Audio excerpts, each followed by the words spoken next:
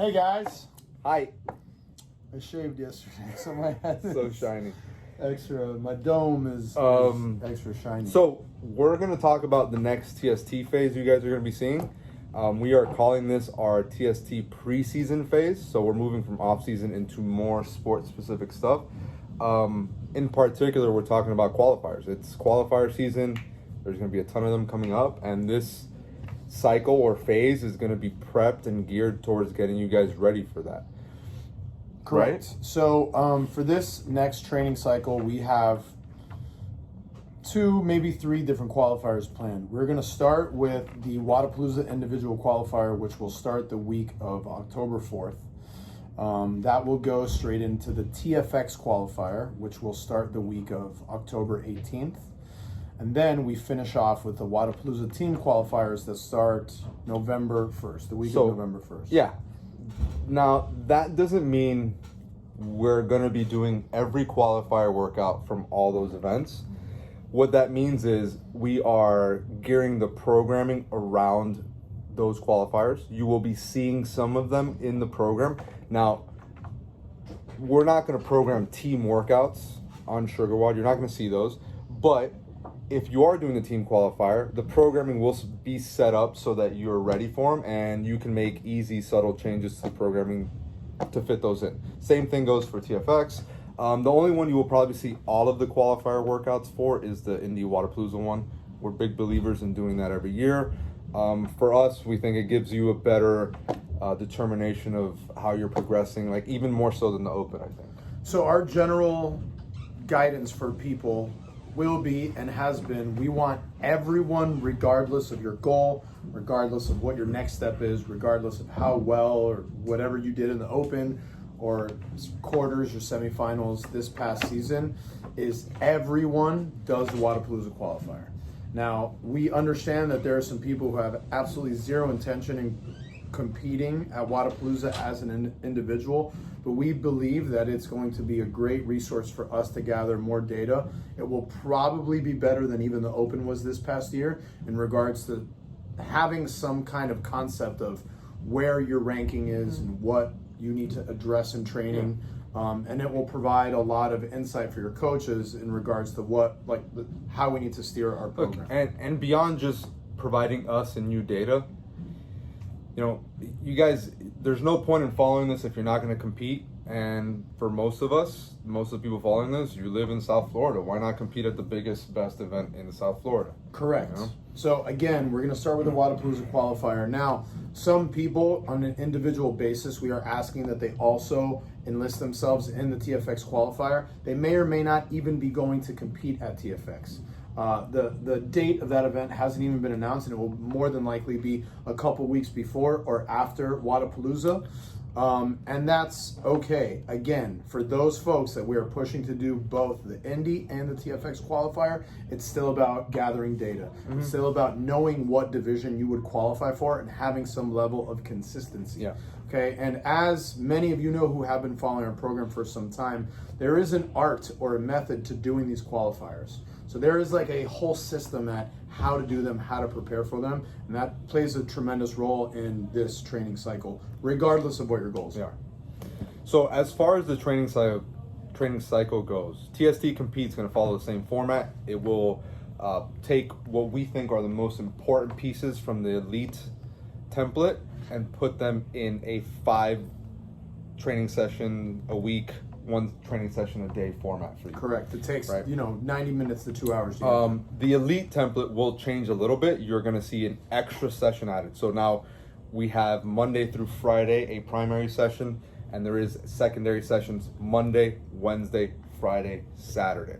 All right. Now, not all of these are 90-minute to 2-hour sessions, but there is definitely an increase in frequency this cycle. Okay.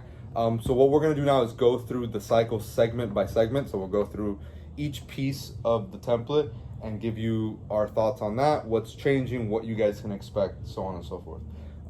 So as I'll start with lifting, you guys are going to see a little bit more complexity this cycle. This last cycle, we've been doing a lot of just snatch. Here's a technical snatch movement. Here's a clean pull.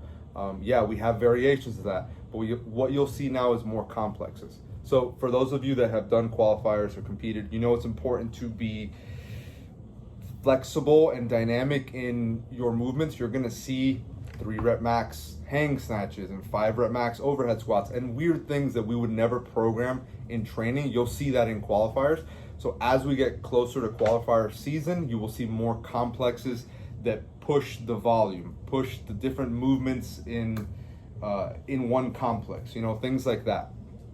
You will have more frequency of lifting. So the last cycle we snatched once a week, we clean and jerked once a week. That is going to be upped a bit. You'll snatch twice in 1 week, clean and jerk twice in the other. You'll also see more of those movements in workouts.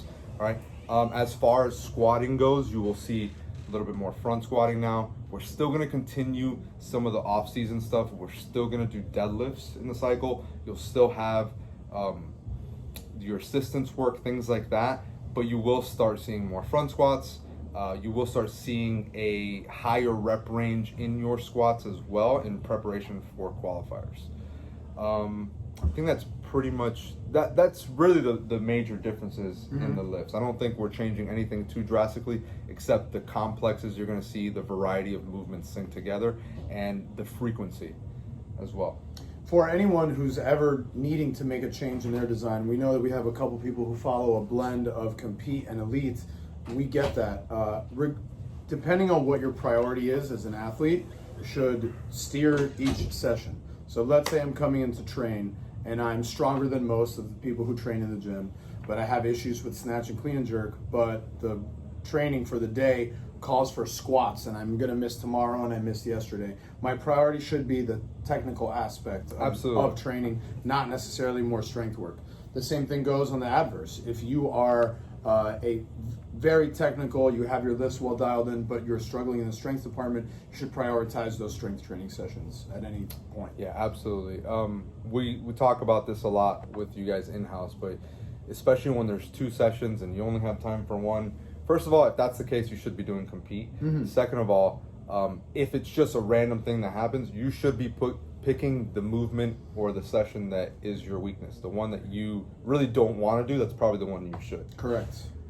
All right, so next up, I'm going to talk about gymnastics for a little bit.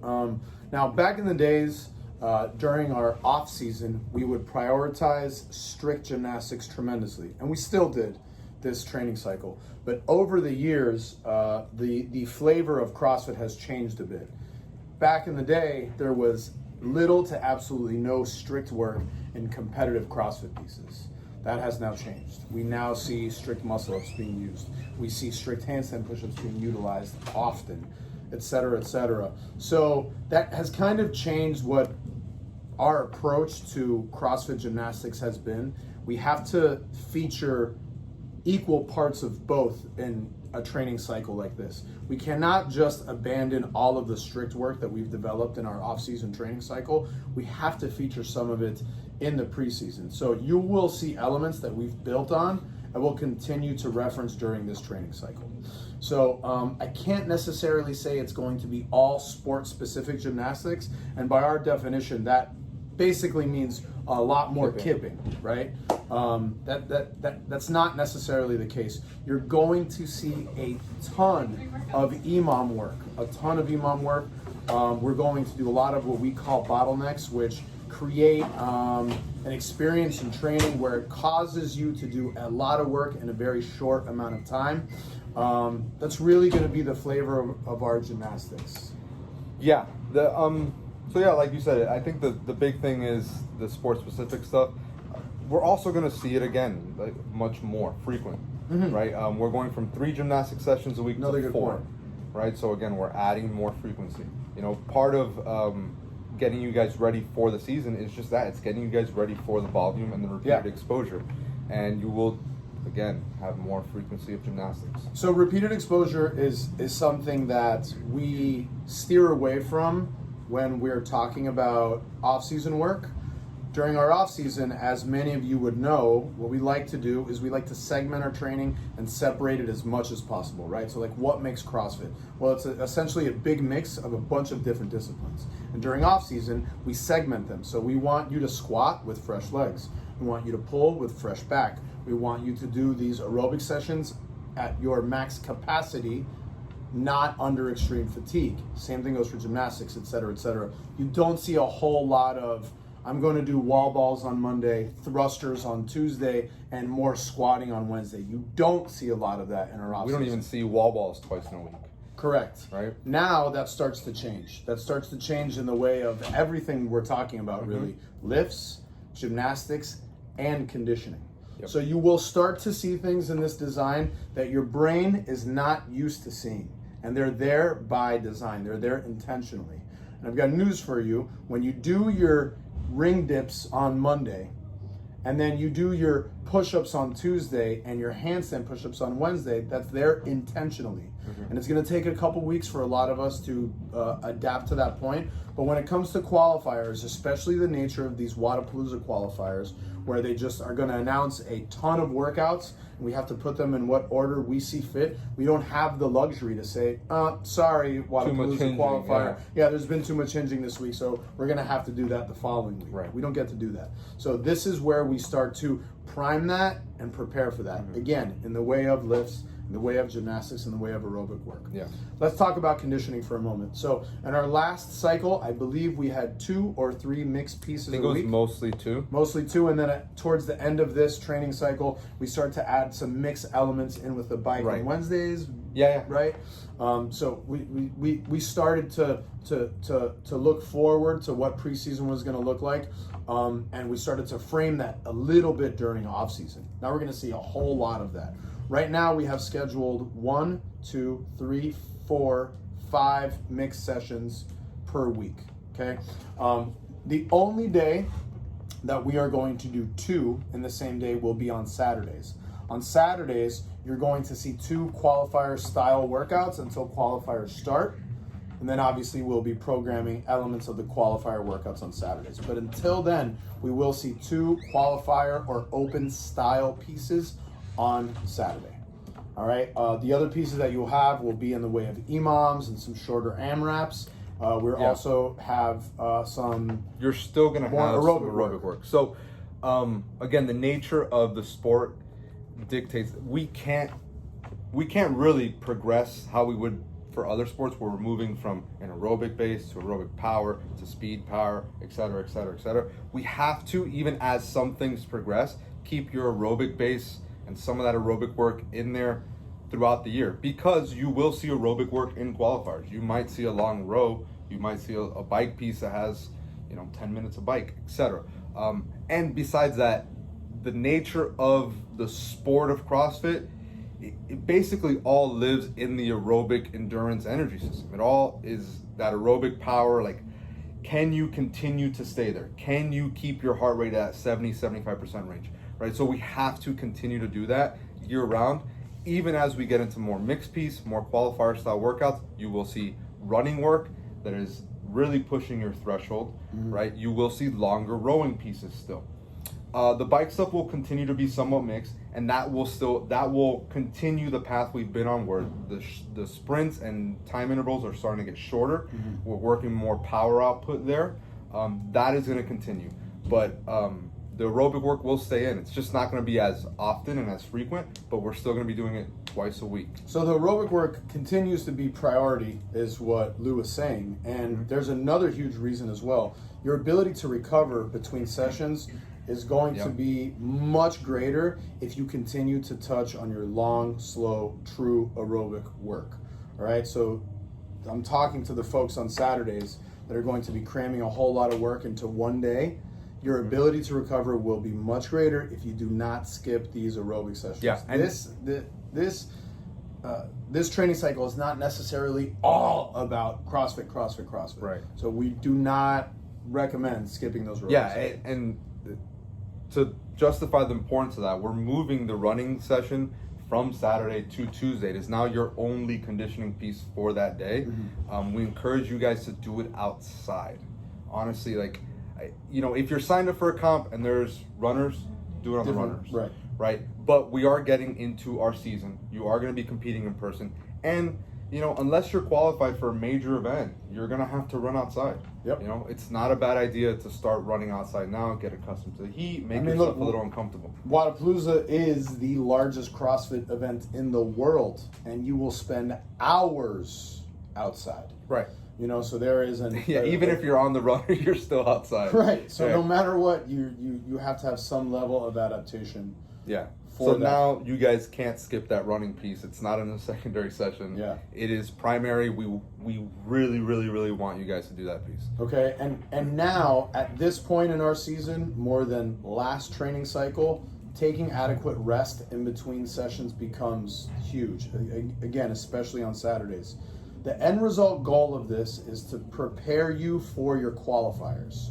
And if you are cramming all of Saturday's work or all of Monday's work into one session, you are not going to be well prepared. In these qualifiers, you are judged by your fitness in one piece. It's not about how much work you can do in a day, it's how much work you can do in 8 minutes, in 12 minutes, in 20 minutes. So focus on taking adequate rest. If you don't have the ability to take adequate rest, well, guess what? Compete. Yeah, you TST should be compete. doing TST compete. You're not ready to compete like a full-time athlete, right? That's our general guidance. In regards to assistance work will take the same theme that it always takes with us, which is Even more so this cycle. it makes our incomplete training program complete. And yeah, notice I said our incomplete training program. All training programs are incomplete with the void of assistance work. You cannot only train the same range of motion in the same plane all of the time. So assistance exercises allow us to make our program more complete, essentially. Yeah, you will see more spine health stuff, more stretching this cycle. That is because the amount of hinging is going to increase, the amount of gymnastics is going to increase, the amount of lifting is going to increase, squatting, right? We're talking about repeated exposure. You know, in CrossFit, there's only so many movement patterns we do, and we're doing them more and more and more.